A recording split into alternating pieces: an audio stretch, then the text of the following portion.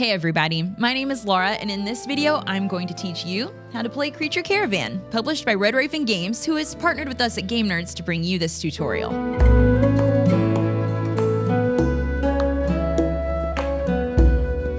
In Creature Caravan, 1 to 4 players travel through magnificent lands, assembling a caravan of creatures as they go. The journey is filled with opportunities for trading at markets, searching mysterious towers, and fighting dangerous ember zombies. These charcoal bodies, the walking hives of evil fire fairies, wander the world and will attack anyone who gets near. Players must put together an effective combination of creatures in their caravans to have any hope of reaching the closest haven in the city of Eastrey. I'll get into the specifics of playing in just a bit, but first, let's take a look at the setup. In this video, I'll be using the deluxe version of the game, which features upgraded components. However, this doesn't change any of the core game mechanics, so this tutorial is just as relevant for the retail edition as it is for the deluxe edition. Begin setting up by grabbing the 4 square map tiles. Place the tile with the word start on the table first, and then lay the remaining 3 tiles in a row next to each other. These tiles are double-sided, and with the exception of the starting tile, can go in any order. So feel free to mix it up each time you play. Then take the narrow tile representing the city of Eastrey and place it at the end of the row. Place the market board and ember zombie board near the map within reach of all players. Make piles of the food, bag, coin, fruit, and ember zombie tokens nearby.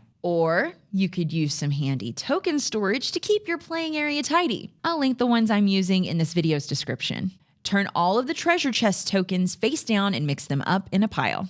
Shuffle all 135 cards in the deck that everyone can reach. If you have the deluxe version, you can also go ahead and shuffle in the cards from the Wanderers expansion, which are indicated by the map symbol in the bottom left corner. However, the rulebook does recommend playing without the expansion cards for your first few games. Do what you want. It's up to you. Give each player a player board, 5 dice, and 1 coin. Everyone chooses a color and takes all 15 cubes, 12 tins, and 1 caravan token in that color. Each player draws 8 cards, which should be kept secret from other players. Finally, the youngest player places their caravan token on any of the spaces in the first column. The other players do the same in clockwise order, but cannot select a space already occupied by another caravan. And now, you're ready to begin. In Creature Caravan, players will each build a tableau of cards that will unlock resources, actions, and other benefits to help them navigate the magnificent and dangerous lands on their way to Eastrey. At the end of the game, players will earn points based on their journey progress, treasures, and other cards in their tableau. The person with the most points is the winner. The entirety of Creature Caravan is played over 12 turns. On each turn, all players take actions simultaneously until everyone is finished taking actions. After the 12th turn, the game is over and everyone will calculate their final scores. To begin a turn, all players take their dice and roll them. If you don't like your result, you may choose to re-roll once, but you must re-roll all of your dice and keep whatever your second result is. You'll take most actions by placing a single die on an action space as long as the value of the die meets or exceeds the value printed on the action space. It's important to note that you may only take each individual action once each turn at the very moment you place your die down. You'll find actions on your player board and creature cards in your caravan. I'll show you how to get creature cards into your caravan a little bit later on, but for now, let's take a look at some of the examples of different types of actions you'll see. These symbols represent the different types of land types you'll travel across: plains, canyons, lakes, and mountains. When you place a die on an action featuring one of these types, move your caravan token to an adjacent map square with the indicated type. You may move in any direction except diagonally, unless a card effect allows it. If you had the sand serpent in your caravan, then you could move diagonally anytime you travel.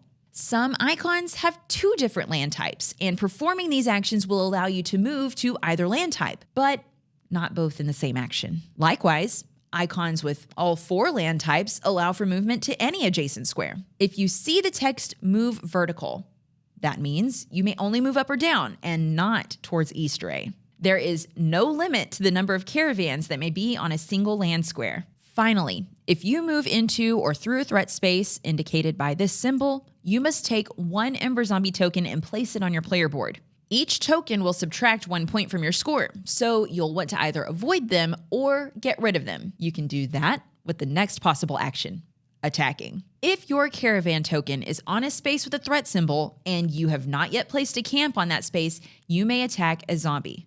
What's a camp? Don't worry, I'll get to that in just a bit. This is the Ember Zombie board. Each column represents a zombie, and the number next to the swords represents their strength. The number in the banner is the amount of points awarded to you at the end of the game if you've attacked it. To attack a zombie, place dice on any number of attack actions on your player board and/or cards in your caravan until the value of the dice and any bonus attacks reaches or exceeds the attack power of the zombie you're attacking. As an example, if I place a 4 on the attack action on my player board and a 2 on the attack action of this angry Cyclops, my attack total would be 4 plus 2 and then plus 4 for the bonus the Cyclops gives me, for a total of 10 attack power. I could attack this zombie or anyone to the left of it. Note that you may only attack a zombie that you have not already attacked. If your cube is in a column, you can't choose it as your target. After attacking, place one of your cubes in the top space of the column you attacked and discard one Ember Zombie token from your player board. It's usually a good idea to attack zombies as soon as you move into a threat space. That way, you don't build up a backlog of zombies you'll have to remove later. As part of the cleanup at the end of each turn, cubes on the Ember Zombie board move down one space toward the attack icon. If any player cubes move onto the attack icon, all other cubes move down to that icon, and that zombie is considered defeated for good. So players may no longer attack that particular zombie. This action lets you make one trade at the market. The market board works a lot like the Ember Zombie board. In this case, you spend the amount of coins or bags that you want to trade, place your player cube at the top of that column, and gain the amount of food tokens equal to the cost you paid, plus 2. Let's say I spend 5 coins.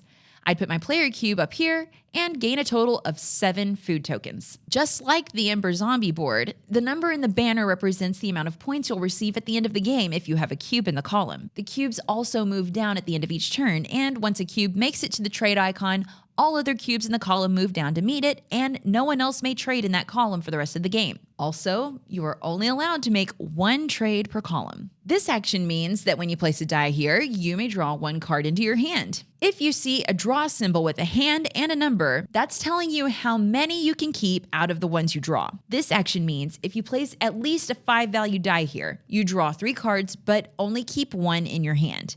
You'll discard the rest to the discard pile next to the deck.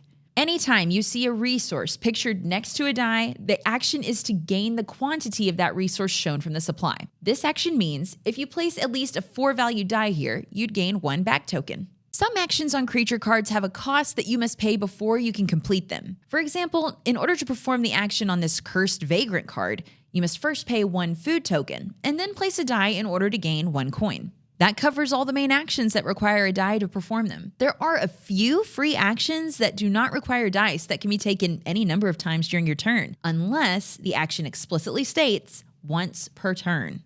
The most important free action is to add a creature to your caravan.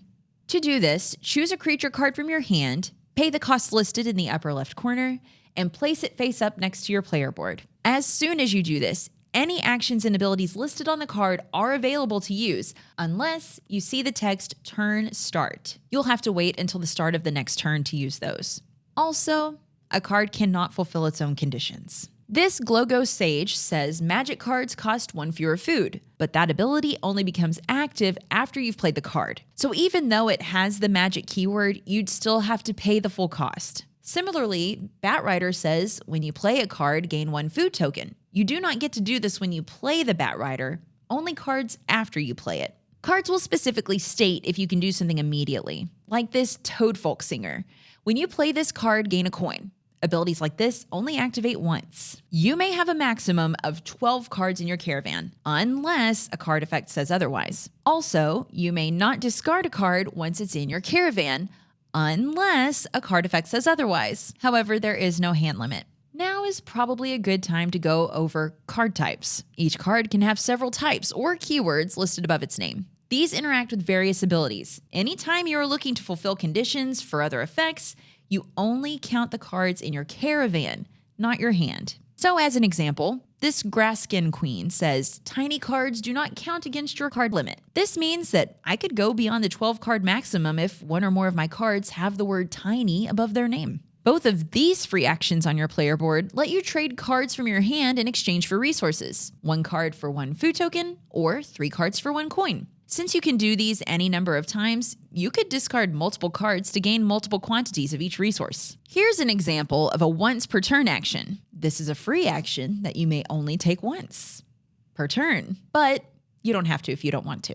There are many more abilities and combos that are available across all of the creature cards, and I can't possibly explain them all. They're mostly self-explanatory, so if you ever have any confusion on exactly what an ability means, I recommend to just follow the text exactly. The only ability I want to highlight right now is this one. If you have a card in your caravan with this die symbol, you may add an extra die to your pool. So at the beginning of the next turn and all future turns, you'd roll 6 dice instead of the 5 you begin with. All right. We're finally ready to talk about what happens once everyone has finished taking all of their actions. Remember that players take their actions simultaneously, so it is possible for some players to be finished before others. Once everyone agrees to end the round, follow these steps.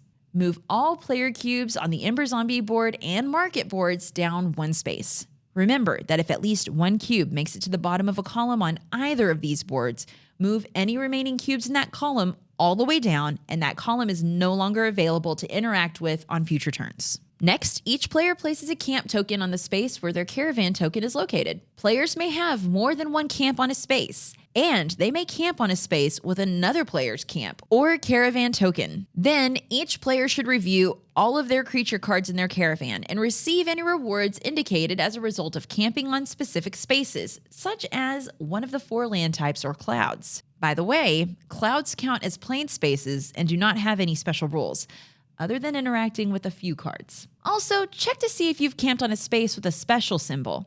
As long as you don't already have a camp on that space, you may gain the benefit. If it's a white tower, draw 3 cards. If it's a fruit, take a fruit token. You may place one of these on a creature card at any time to reduce the required die value of all actions on the card down to 1 for the rest of the game. Again, that's turning the required die value to a 1, not reducing it by 1. You may store fruit until you're ready to place it, but once it's placed, you may not remove it and relocate it. Also, you can't place fruit tokens on player board actions. If you camp on a treasure symbol, draw 1 random treasure token. If any resources are shown, draw them immediately and only once. Keep treasure tokens face down next to your player board until the end of the game, when you'll add its point value during scoring. Finally, there's Eastrey. This tile counts as 1 large space and is considered adjacent to all 6 of these spaces. Once you move to Eastrey, you cannot move again. At the end of each turn while in Eastrey, place a camp as normal. After camping, checking for card and map effects, and adjusting the market and Ember Zombie boards, begin the next turn. Each player again rolls all of their dice, and any players who have creature cards in their caravan with turn start effects may do so now before taking actions. You'll complete this turn the same you did the first turn, and will do so for the remainder of the game until the final camp has been placed on the 12th turn. Once the 12th turn is completed, players may perform any number of free actions until they are satisfied. Now that the game is over, it's time to calculate final scores. Using the score pad, go down the sheet and record the values for each player. Reach Eastrey. Gain 5 points if you have at least 1 camp in Eastrey. Total distance. Count the spaces your caravan traveled forward, including the starting space. Don't count tents in this step, only how many columns forward you moved from the starting space toward Eastrey. Gain 1 point per distance with a max of 25 if you have a camp in Eastrey. Spaces with your camps. Count each space that has 1 or more of your camps in it. Don't count each camp. Gain 1 point per space. Ember Zombie board. Review this and award points based on the columns where players have cubes. Trades at the market. Each cube on the market board gives the depicted number of points. Card victory points. Count all points on teal banners on your cards in your caravan, not your hand. Make sure to account for conditional points, like this Birdfolk Mystic. It's worth 8 points, but only if I have 4 or more flying creatures in my caravan. In this case, the card itself may count toward the total. Treasures. Count all points on teal banners on your treasure tokens. Ember Zombie tokens. Lose 1 point per Ember Zombie token still on your player board. Add up all totals, and the player with the most victory points wins. If there's a tie, the player with the most combined cubes placed on the market and Ember Zombie boards wins. And now, you're ready to play Creature Caravan. If you have any questions about anything I've covered here, please leave a comment and I'll get back to you as soon as I can. If you found this video helpful, maybe give it a like. And if you want to see more content like this, make sure you subscribe to the Game Nerdz YouTube channel. Once again, my name is Laura, and I want to thank you for watching.